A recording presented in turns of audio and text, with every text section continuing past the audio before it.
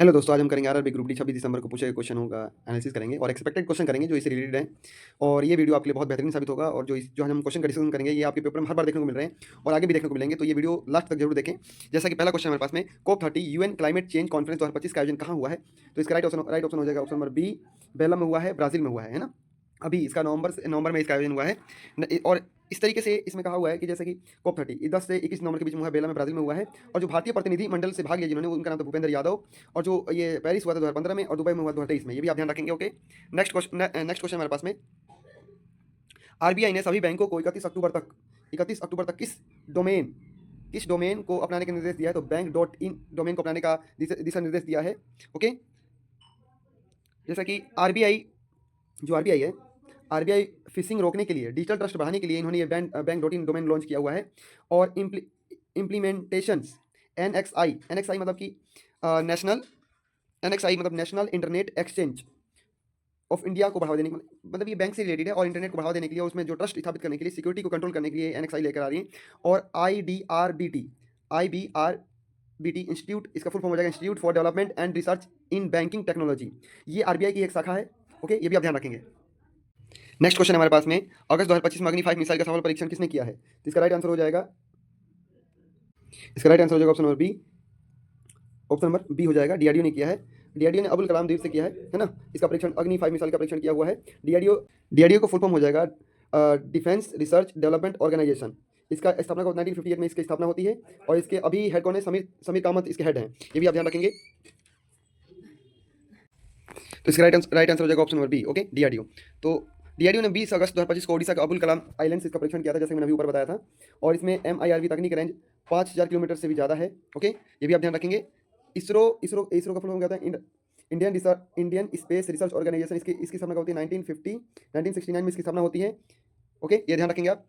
और H L का full form क्या हो जाएगा? हिंदुस्तान एरोनॉटिकल लिमिटेड इसका हो जाएगा। ओके, नेक्स्ट क्वेश्चन हमारे पास में, आईपीएल 2025 तक सबसे ज्यादा अर्धशतक किस खिलाड़ी ने लगाए हैं? तो इसका राइट आंसर क्या हो जाएगा? विराट कोहली। क्या हो जाएगा? Option number D, Virat Kohli हो जाएगा। इसका राइट आंसर क्या हो जाएगा? Option number D, Virat Kohli. Okay, तो ये भी आप ध्यान रखेंगे।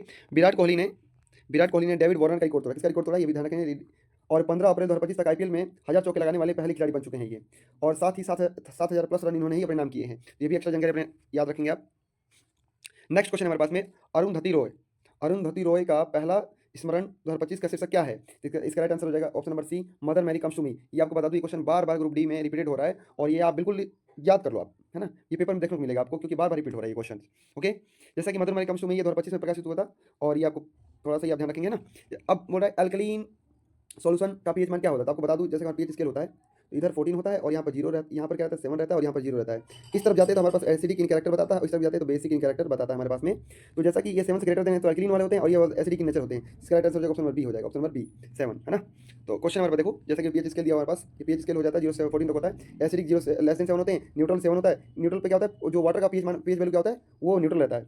और स्ट्रॉन्ग एसिड क्या होता है? जो 0 से 1 के बीच में रहते हैं वो स्ट्रॉन्ग एसिड्स होते हैं। अल्कलीन बेसिक 7 से ग्रेटर देन होते हैं। ओके, ये ध्यान रखेंगे आप।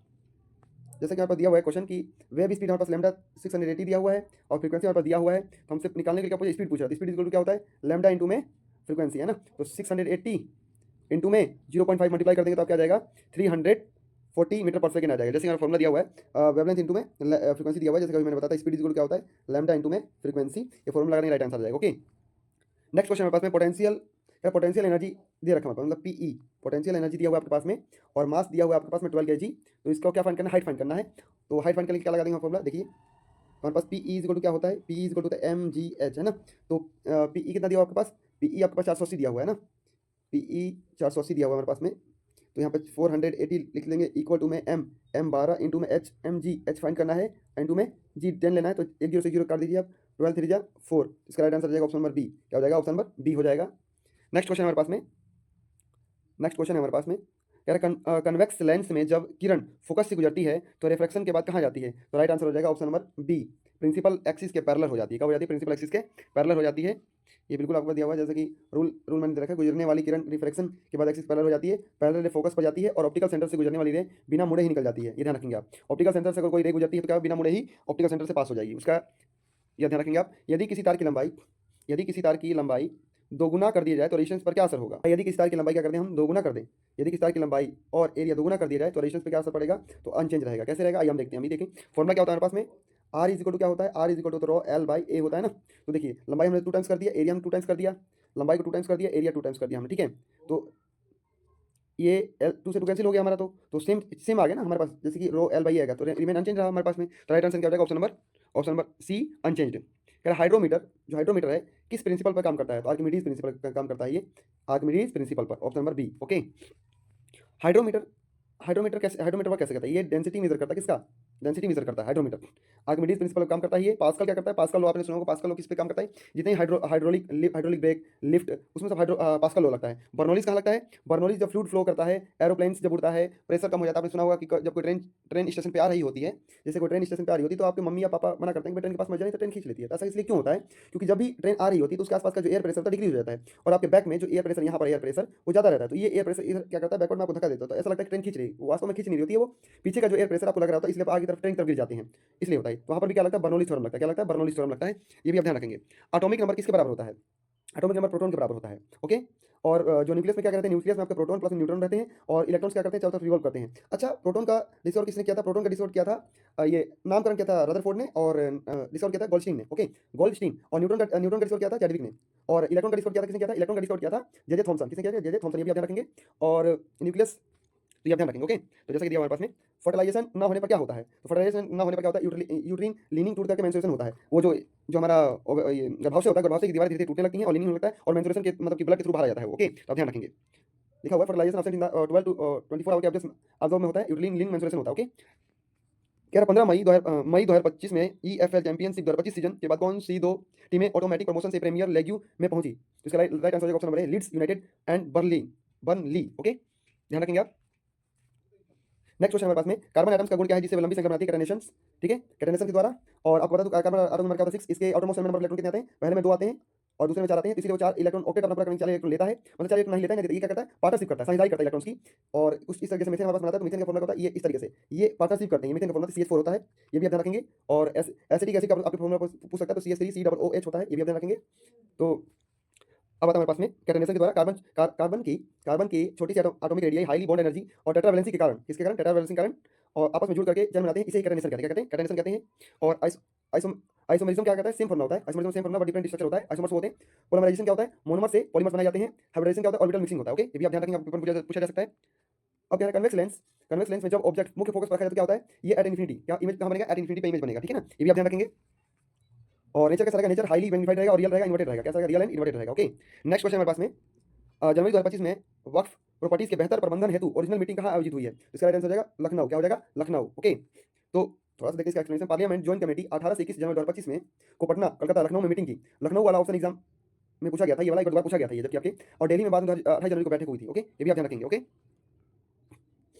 फर्टिलाइजेशन न होने पर यूट्रस यूट्रस इट मींस गर्भाशय से होता है, क्लीनिंग क्या होता है? इसे बोलते हैं मेंस्ट्रुएशन। जब फर्टिलाइजेशन टेक प्लेस नहीं होता है तो जो यूट्रस की जो दीवारें होती हैं वो धीरे धीरे वो जो फर्टिलाइजेशन की तैयार होती हैं, जब फर्टिलाइजेशन टेक प्लेस नहीं होता है तो धीरे धीरे ब्लड के फॉर्म में बाहर आती है, उसे बोलते हैं मेंस्ट्रुएशन। ओके, जैसा कि नेक्स्ट क्वेश्चन हमारे पास में, एसिड प्लस में मेटल रिएक्शन से क्या होता है? जब एसिड और प्लस में मेटल रिएक्ट करते हैं तो मेटल मेटल मेटल क्लोराइड बना देगा। जैसे कि हमारे पास एग्जांपल लेते हैं, जैसा कि हमारे पास एग्जांपल है जिंक प्लस में हाइड्रोक्लोराइड है, तो जिंक क्लोराइड बना देगा और हाइड्रोजन गैस क्या करता है? लिबरेट करेगा, ठीक है, बाहर निकल जाएगा। बट ये आप ध्यान रखेंगे, गोल्ड और प्लेटिनम रिएक्ट नहीं करते हैं, और ना ही हाइड्रोजन गैस। ये आप वो रिएक्टिविटी सीरीज देखेंगे तो उसमें आपको पता चल जाएगा। रिएक्टिविटी सीरीज में पहले आता है सोडियम, पोटेशियम, मैग्नीशियम, कैल्शियम, फिर एल्यूमिनियम, फिर ये सारे आते हैं इस तरीके से, आप ध्यान रखेंगे। नवंबर 2025 में COP30 के दौरान WHO ने बेलम हेल्थ एक्शन प्लान किसके साथ मिलकर लॉन्च किया है? तो ब्राजील सरकार के साथ मिलकर लॉन्च किया है, और पैन अमेरिकन हेल्थ ऑर्गेनाइजेशन के साथ भी मिलकर लॉन्च किया है। दो ऑप्शन बी और सी दोनों हो जाएंगे। ओके, ध्यान रखेंगे आप। COP30 का मतलब ब्राजील में, भी आप ध्यान रखेंगे। 22 क्वेश्चन हमारे पास, कन्वेक्स लेंस में जब वस्तु को मुख्य फोकस पर रखा जाए तो इमेज कहाँ बनेगा? एट इन्फिनिटी पे बनेगा। नेक्स्ट क्वेश्चन हमारे पास, एटॉमिक नंबर किसके बराबर होता है? एटॉमिक नंबर प्रोटॉन के बराबर होता है। जैसा कि हमने किया था न्यूट्रॉन का डिस्कवर किसने किया था? चैडविक ने किया था। ओके, और प्रोटॉन का डिस्कवर किया था गोल्डस्टीन ने, और नाम दिया किसने था? रदरफोर्ड ने नाम दिया था। और इलेक्ट्रॉन का डिस्कवर किसने किया था? जे थॉमसन ने किया था, जे थॉमसन। ये आप ध्यान रखेंगे। फर्टिलाइजेशन ना होने पर यूट्रस क्लीनिंग क्या होती है? मेंस्ट्रुएशन होता है। ओके, नेक्स्ट क्वेश्चन हमारे पास में, COP30 2025 में कहाँ आयोजित था? ब्राजील बेलम में आयोजित हुआ था। भारतीय प्रतिनिधि मंडल का नेतृत्व किसने किया था? भूपेंद्र यादव ने किया था। COP30 में किसने किया था भाई? COP30 में अगर आपसे पूछा COP30 में प्रतिनिधित्व किसने किया था? भूपेंद्र यादव ने किया था। भूपेंद्र यादव कौन है? भूपेंद्र यादव केंद्रीय पर्यावरण जलवायु मंत्री। ओके, ध्यान रखेंगे आप। स्टेटमेंट बेस्ड क्वेश्चन था, जैसा कि स्टूडेंट बताया, थोड़ा सा अधूरा क्वेश्चन मेरे ख्याल से। ऑप्शन में आया है कि एसिड प्लस मेटल रिएक्ट करके क्या बनाता है, हाइड्रोजन गैस लिबरेटेड करेंगे। गोल्ड प्लस प्लेटिनम रिएक्ट करेंगे, नहीं करेंगे, क्योंकि हाइड्रोजन गैस लिबरेट नहीं करते और ना ही ये मतलब कि इन्वायरमेंटल टेम्परेचर पर ये जल्दी रिएक्ट नहीं करते हैं। तो ये हमारे कुछ 40 क्वेश्चन थे और कुछ मैंने एक्सपेक्टेड क्वेश्चन लिए थे। तो ये आज का हमारा एनालिसिस था। वीडियो आपको कैसा लगा कमेंट करें, अगर अच्छा लगा तो लाइक और शेयर जरूर करें। धन्यवाद।